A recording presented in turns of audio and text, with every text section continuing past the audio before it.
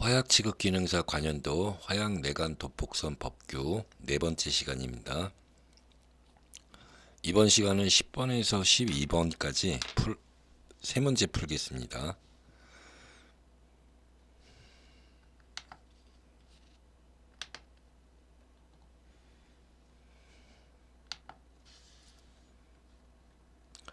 어, 10번 폭약의 발파 효과 중 정적 효과와 동적 효과에 대해 설명하시오. 이거는 1차도 마찬가지고 2차, 3차에 자주 나옵니다. 이게 폭약의 일단 기본 성질이기 때문에 이 정적 효과하고 동적 효과 일단은 구분은 하실 줄 알아야 되고요. 우선 내용에 대해서 간략하게 설명드리겠습니다. 이 정적 효과라는 것은 폭발 반응 시 생성 가스가 단열 팽창에 의해 외부에 대해 하는 일의 효과입니다. 일의 효과. 그 다음에 생성 가스.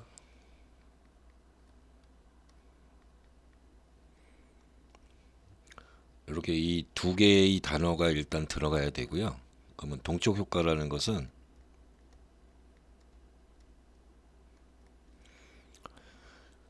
폭발에 의해 발생한 충격파로 물체를 파괴하는 효과입니다. 파괴 효과입니다. 그러니까 여기서는 충격파, 그 다음에 파괴 효과.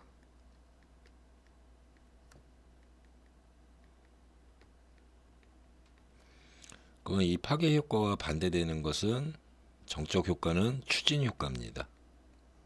추진 효과. 이 정도로 정리하시면 되고요. 11번 동적 효과를 이용한 폭약의 폭속 시험 중 도트리시법에 의한 폭속을 구하는 공식에 대해서 그 인자들에 대해서 설명하시오. 2021년이고요. 이 문제도 마찬가지로 1차, 2차에서 많이 자주 출제되는 문제입니다. 그러면 일단 공식은 폭속 구하는 공식은 V는 2x분의 길이 L V1입니다. 그러니까 문제 이제 이거 폭속 구하는 문제를 보면 요거는 제시가 되고요. 그 다음에 요것도 제시가 되고, 그 다음에 이 x도 제시가 됩니다. 세 가지 다. 그러면 이제 결론은 여기에다 이제 대입을 해서 어떤 답을 얻어내면 단위입니다. 폭속의 단위는 미터 퍼 세크입니다. 일단 이렇게 계략적으로 아시고, 이 V1은 문제에서 그 도폭선의 폭속입니다. 도폭선의 폭속. 당연히 미터 퍼 세크고, 그 다음에 L은 그 강간에 꽂힌 도폭선 두 점 간의 거리입니다. 이거는 이제 KS 규정에서 10cm로 주어지기 때문에, 물론 이제 이게 문제에서는 다르게 주어질 수도 있습니다. 근데 통상 10cm로 주어지기 때문에 0.1m 이렇게 계산하시면 되고요. 그 다음에 이 x는 그 납판 위에 있는 기준선과 도폭선의 기준선과 폭흥 간의 간격입니다. 이것도 이제 센치로 주어지면 미터로 환산하시면 됩니다. 요 인자를 쓰라는 거예요. 지금 요 인자가 뜻하는 게 뭔지 그렇게 정리하시면 되고요. 터널 계측 시 안반의 변이에 대해 알 수 있는 일상 계측 세 가지를 쓰시오. 터널에서 보통 이제 터널에서 일상 계측과 정밀 계측이 이루어지는데, 이 일상 계측에 대해서는 주로 1차, 2차에서 많이 출제되는 문제입니다. 물론 이제 정밀도 마찬가지로 1차에서 2차에서 많이 출제되는 문제입니다. 그러니까 이렇게 정리하시면 되고, 그 일상계측에 대해서 세 가지를 쓰라고 그랬으니까 순서에 상관없이 첫 번째는 지표 지중 치마 측정, 지표 지중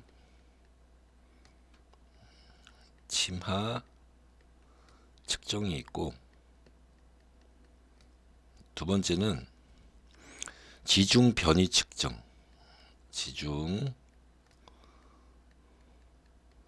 변이 측정, 세 번째는 락볼트 충력 측정이라고 있습니다. 락볼트 충력 측정. 그 다음에 참고로 객내 탄성파 속도 측정이 있습니다. 객내 탄성파 속도 측정. 그러니까 요 네 가지가 이제 정밀 측정에 해당되는 거고요. 정밀 계측에 해당되는 거고, 그러니까 이 네 가지는 참고로 알고 계시면 돼요. 이 정밀에 대해서, 정밀 계측에 대해서. 그러면 일상적인 게 이제 문제에서 물어보는 거니까,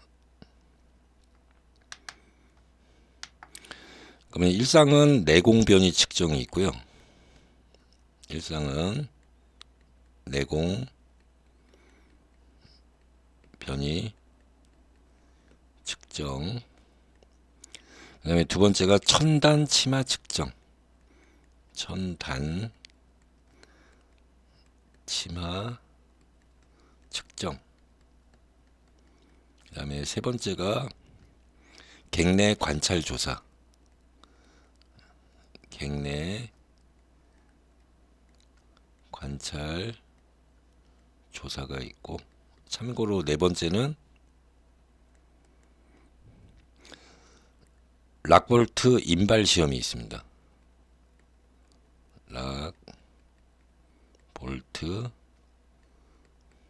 인발 시험. 그러니까 이 네 개 중 일상계측 항목 세 가지를 쓰시오 그러면 네 개 중 세 가지 쓰시면 되고요. 뭐 순서는 상관없습니다.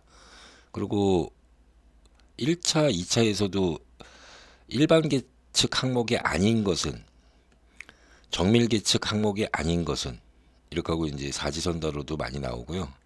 그다음에 2차에서도 21년에 출제된 거 보니까 이 터널 같은 경우는 이제 문제가 이게 안전하고, 그다음에 시공하고 뭐 이런 것들이 뭐 지금 도심에서도 많이 이루어지는 거기 때문에 출제 경향이 빈번합니다. 그러니까 이번 문제 같은 경우도 이제 잘 정리하시고, 마찬가지로 또 굴착하고 또 관계되는 이 안반에 대해서도 어느 정도 정리는 좀 하셔야 돼요. 뭐 1차는 당연한 거고 2차 문제에서도 이제 빈번히 출제되는 문제들이 있습니다.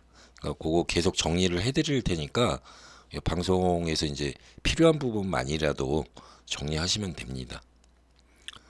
다음 편에 뵙겠습니다.